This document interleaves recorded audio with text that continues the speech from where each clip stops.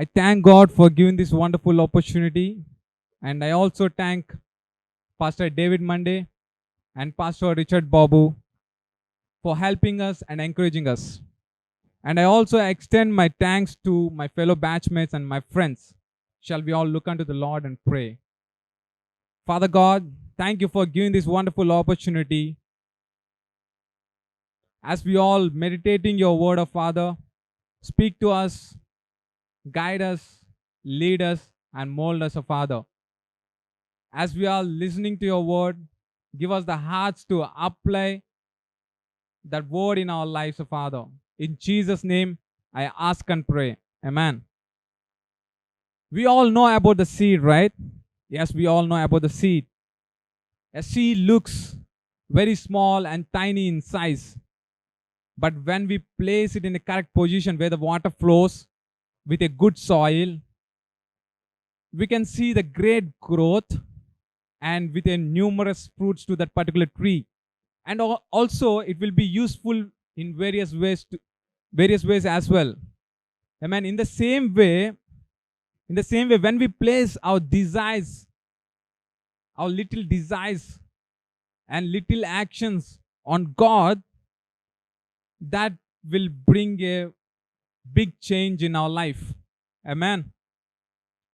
I won't spend much time in reading the scripture due to lack of time. I will be reading while I'm explaining to you all. Today's passage was taken from Gospel according to the Luke chapter 19, 1 to 10. This passage is very familiar passage we all know from our childhood, and we all listen many stories about Zacchaeus, and we all know it's we all know about this particular passage. Amen. And in this passage, Luke is presenting that how little things are matter to Jesus. In this passage, Luke is presenting that how little things are matter to Jesus. Amen. As a children of God, we all need to know that not only big steps, even, but also little steps matter to God. As a children of God, we all should know that not only big steps, but also little steps matter to God. Amen. And first two verses helps us to look into the background. And the first two verses, it goes like this. Jesus entered Jericho and was passing through. A man was there by the name of Zacchaeus. He was a chief tax collector and was wealthy. Jesus entered into Jericho.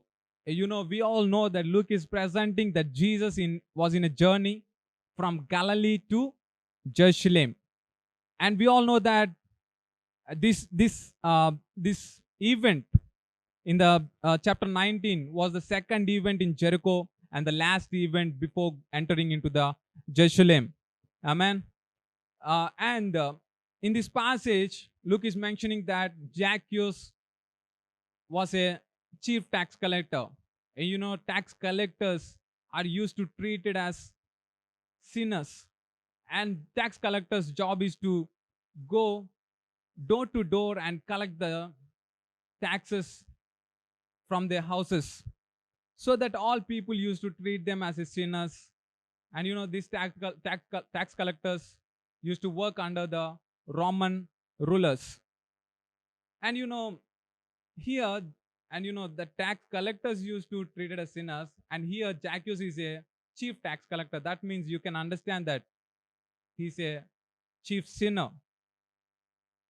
Amen. And also, many historians says that this Jericho is one of the trading hub and is one of the richest city with a rich people. Maybe, probably, Zacchaeus is one of the rich among those people. And my first observation from verses 3 and 4 is Zacchaeus, a desire for God. Zacchaeus, a desire for God. Amen. I'll read it for you, the verses 3 and 4. He wanted to see who Jesus was, but because he was short, he could not see all the crowd. So he ran ahead and climbed the sycamore fig tree to see him, since Jesus was coming that way. Amen. First, we see that Zacchaeus desired to see who Jesus was. Maybe he got the desire through someone. He would have heard that Jesus as a miracle worker and Jesus as a healer or Messiah and the Savior. And also the above passage also helps us that the event is happening in the Jericho, outskirts of the Jericho. You know, after his after his desire, he did not simply sat, but he showed it into the works. He showed it through the works. He went towards the crowd. He went towards the crowd to see Jesus, but because of his posture, he was unable to see Jesus. And also, we can imagine in this way that the people in the crowd might have pulled him off. The people might have said to him that you are a sinner.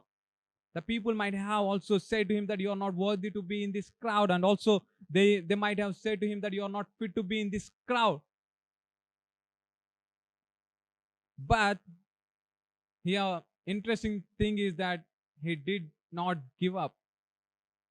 You know, there was one door closed over there, but here Zacchaeus chose another door. And you know, the in this verse 4, it says like this: he ran ahead. He ran before Jesus, he ran ahead, and there he climbed a sycamore fig tree. You know, this is more interesting for me that when I'm reading this passage. And you know, it took my attention for it. I stuck over there for many minutes with that particular statement that Zacchaeus, the above statement is saying that Zacchaeus was wealthy and he is a rich man. And here now it's saying that he climbed a tree. I never seen a rich man climbing a tree, but here is wonder that because of his desire, he was able to climb the tree. And you know, after climbing a tree, what he's doing there, you know, and he's waiting over there to see Jesus. Even in our life, even in our life, we should have the aim and goal in our life. And without giving it up, we need to work hard like Zacchaeus did. And we need to wait for God to intervene in our situations, whether it may be little or big. After doing our part, we need to wait for the God to intervene in that particular situation. And my second observation from verse 5 is Jesus is the absolute desire for Zacchaeus. Jesus is the absolute desire for Zacchaeus. I'll read it for you, the verse 5. When Jesus reached the spot, he looked up and said to him, Zacchaeus, come down immediately. I must stay at your home today. Amen. Jesus reached the spot and he looked up to call Zacchaeus. And you know, till then, many people have said to Zacchaeus that you're a sinner, you're not worthy, and the people might have rejected him. Maybe the people might have no looked down on him. But here Jesus, see how wonderful it is that here Jesus is looking up towards Zacchaeus.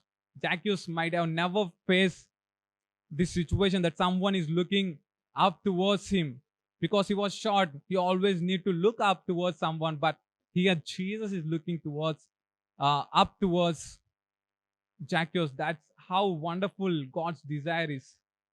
See, Zacchaeus desired very little thing, that he just desired to see Jesus. That's it. He did not desire for anything else. But see, Jesus' absolute desire for Zacchaeus. Jesus wants to talk to him, wants to call his name, and wants to eat with him.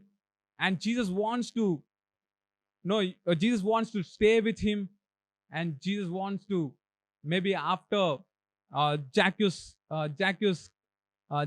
coming down from the tree, maybe Jesus would have hugged him also. See, Jesus' absolute desire. That is that is how Jesus does for all of us. You know, when we work hard with a proper goal and aim by putting weight on God, even if it is a little thing, even if it is a little thing, when we put our weight on God, it will bring a big differences, big change in our life. Amen. See, Zacchaeus desired a very little thing, but God desired for Zacchaeus is an absolute thing, magnificent thing. Amen. Then my third observation from verse 6, 7, and 8 is Zacchaeus a little gift to Jesus and others. I'll read it for you, verse 6, 7, and 8. So he came down at once and welcomed him gladly. All the people saw this and began to mutter, he has gone to be a guest of sinner. But Zacchaeus stood up and said to the Lord, look, Lord, here and now I'll give half of my possessions to the poor. And if I have cheated anybody out of anything, I will pay back 4 times the amount. See how wonderful it is that Zacchaeus is giving a little gift to the people and as well as Jesus over there. Here, after the above verse is a command by Jesus, it is in imperative mode that Jesus is telling to him that Zacchaeus, come down immediately. I must stay at your house. And but and here Zacchaeus is responding to that command that maybe the Bible is telling that he came down at once. Maybe he would have jumped jumped from that particular tree and he welcomed Jesus heartily. That means he welcomed Jesus into his heart. That means he gifted his heart to Jesus. See, the first gift Zacchaeus gave to Jesus is his heart.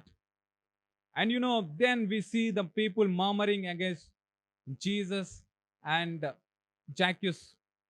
The so here we need to see that when Zacchaeus had desired to follow Jesus, he had the opposition and hardships in his life. And now he welcomed Jesus and he's enjoying with him. Still, he had the hardships and opposition in his life. We need to understand that in Christianity, if you are desired to follow Jesus, you will have the hardships. And if you are desired to, and if you are following Jesus, still you'll have the hardships. But the wonderful thing here we need to learn is that we'll have the joy in our life, even in our midst of difficult situations and hardships. Amen. And finally, Zacchaeus gave his half of his possessions to poor. And here we can see that his act of kindness, no one told him to give his half of his possessions to someone. But when he accepted Jesus in his heart got changed. And he's also saying, and he's also giving the statement in this way that if I have cheated somebody, I will give 4 times of the amount.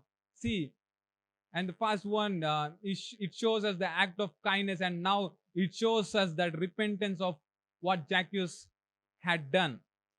And we can also give to Jesus the little things. What is barrier to you and God?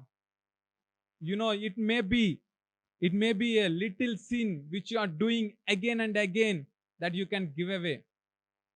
It may be a little word which you are using regularly, which you should not, that you can give away.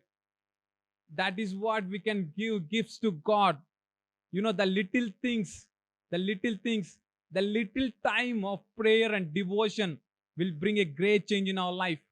The gifts, you might have think in this way that what gift I can give to the God is an absolute gift. We know all this kind of questions and answers to us, but we need to think ourselves that we can give many gifts, many little gifts to God. That gifts will bring a great difference in our life. Amen. My fourth observation from verse 9 and verse 10 is Jesus is the absolute gift to Zacchaeus and others. Jesus is the absolute gift to Zacchaeus and others. I'll read it for you, the verse 9 and 10.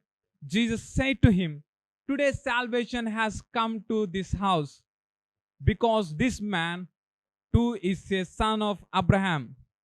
And then he continues to say, "For the Son of Man came to seek and save the lost." Amen. Here Jesus is giving him a free gift to Zacchaeus. Zacchaeus had given a little gift, that is his heart. But here, you know, Zacchaeus is giving his this earthly gift. But here Jesus is giving a heavenly gift to Zacchaeus. Salvation is not that we can afford. Salvation is not that we can pay. Salvation is not that we can get by doing some good works. But here salvation is just by grace through faith in Jesus Christ. Amen.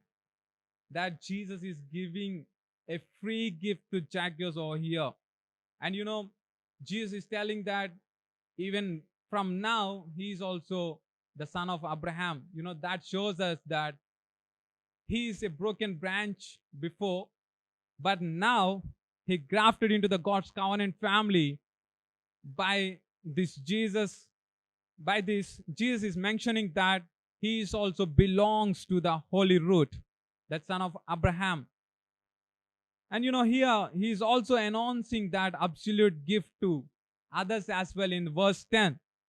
It would be a free gift for us, but it costs too much to God, because he sent his only begotten son to save us. See, we are getting that gift very freely. No, we are having the gift for free, but it is very cost for God.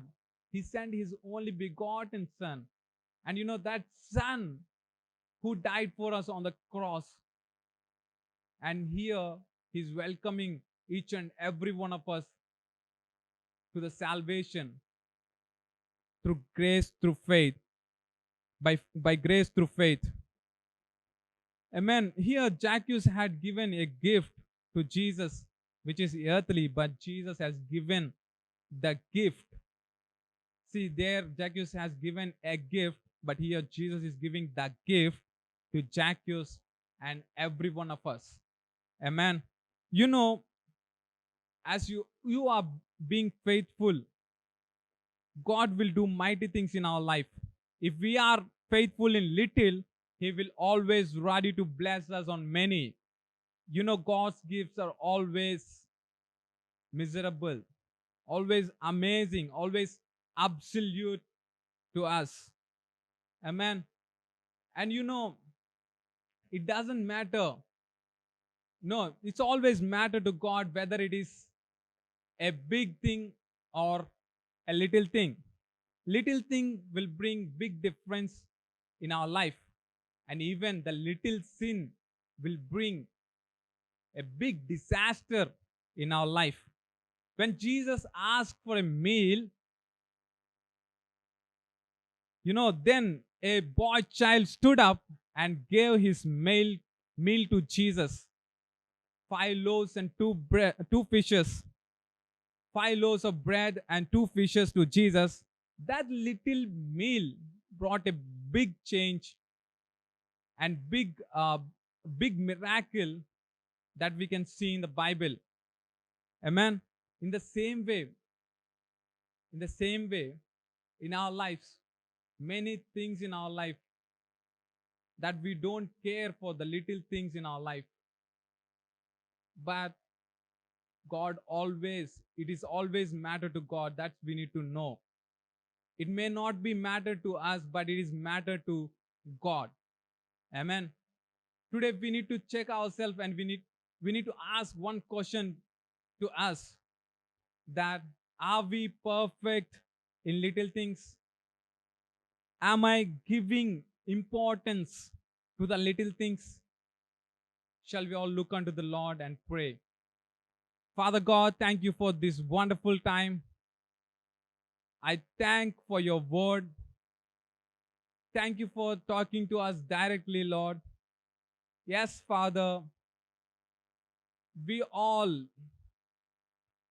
we all had neglected the little things in our life, and we always concentrated on the great things and big steps, Father.